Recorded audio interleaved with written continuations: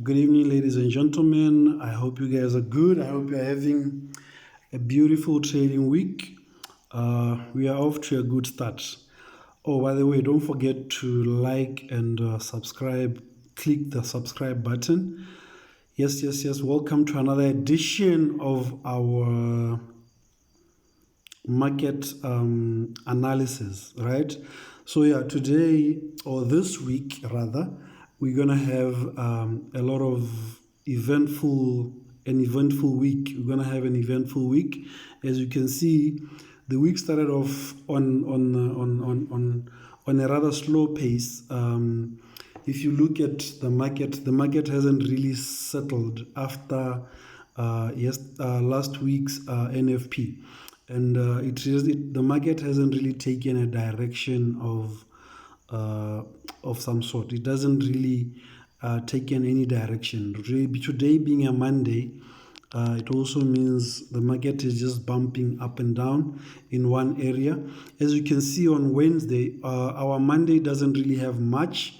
It doesn't have really much. If I'm looking at the forexfactory.com, there wasn't any major news there. We only had around 5 p.m. we had someone from the bank of the Swiss National Bank chairman, Mr. Jordan, was speaking, but it wasn't really major news. Even tomorrow, which is a Tuesday, we don't really have major news. Things will really will start picking off on Wednesday around 4 a.m. Central African time, right? We're having the cash rate for the national, what is it, Ghana?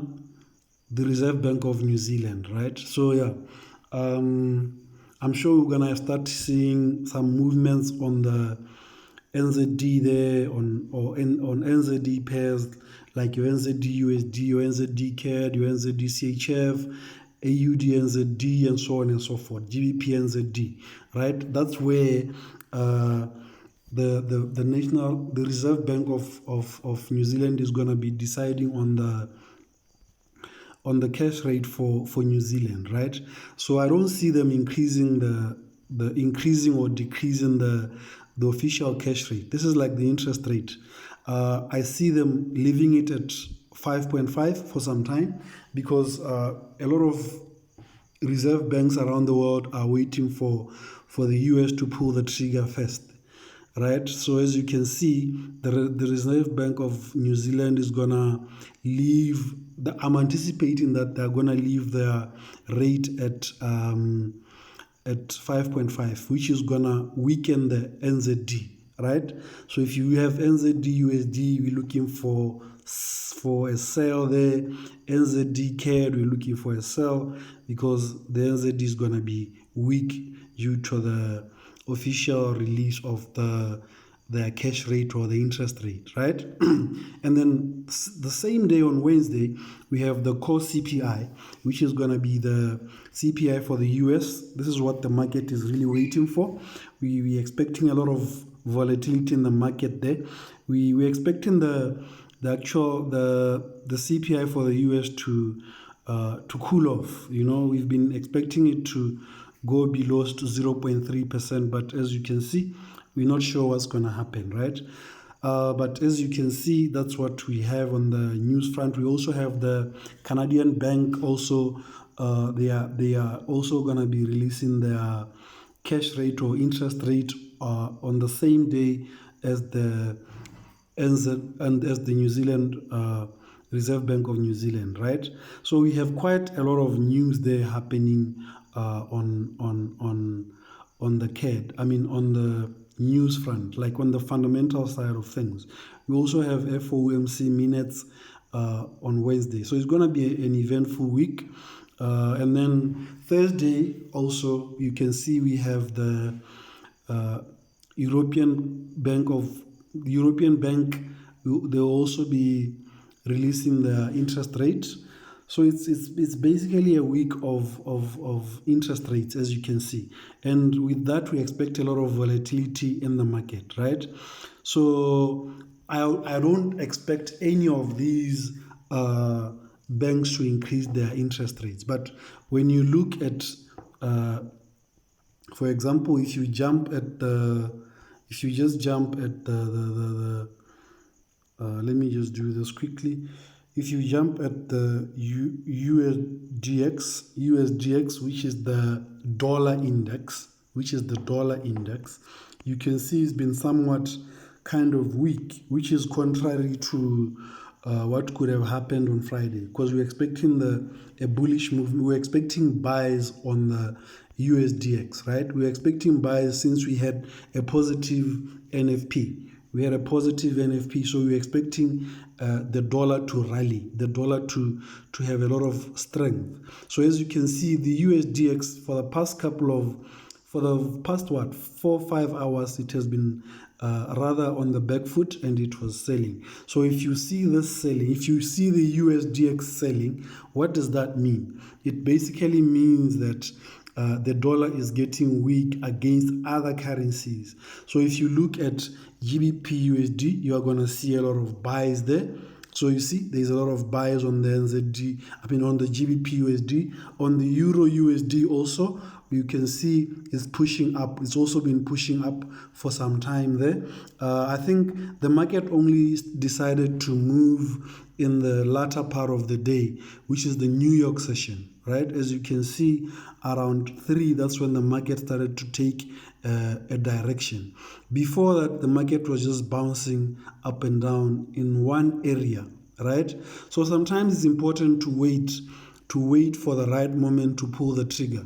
You know what I'm saying? So if you look at NZD USD, we're also seeing some NZD USD, you'll be seeing some buys there.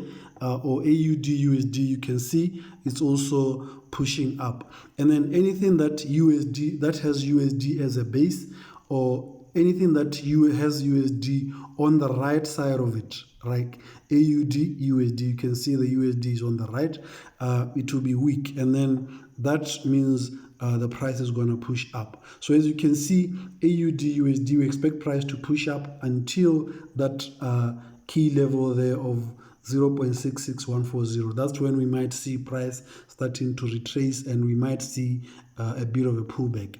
The same applies to NZD USD. NZD USD. Where is NZD USD? I can't find it on my pairs here, but I can't find it. Yes, but as you can see, let me just check something here. But what I'm trying to explain here, oh, there you go. It's not there. Yeah, there you go. NZD USD. I just had to add it so that you can see what I'm trying to explain. This is a tried and tested thing, guys. As you can see, if the dollar is weak, everything is going to be pushing up. That has the dollar on the right. And then if you have USD CAD, it's going to be pushing away. It's going to be selling, right? So if you have your USD CAD, you will sell. Your USD CHF, you're going to be selling. As you can see, it's starting to sell, right?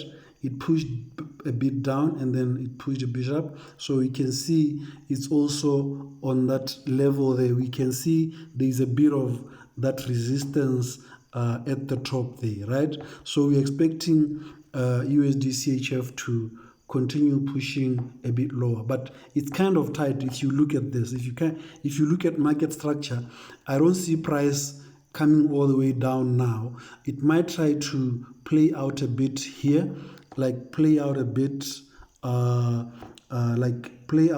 here in this region here. Like we'll have a bit of a sell buy. Once it's satisfied by retesting there, we might see price bouncing to the lower side, right? So having said that, I think just looking at USDX, you can see also USD-JPY, it's on a pullback after, obviously you can see there is a bit of a resistance at the top there. I guess you can see it. There is a bit of a resistance at the top there. So if you couple your analysis on the USDY, on the USDX, and your support and resistance, you can see price went all the way up there previously, came all the way down, and then it went all the way up. Now it's on the back foot, it's going to be selling. And when obviously with gold, it will be on a bullish run. You can see gold is pushing up after trying to sell off a bit today.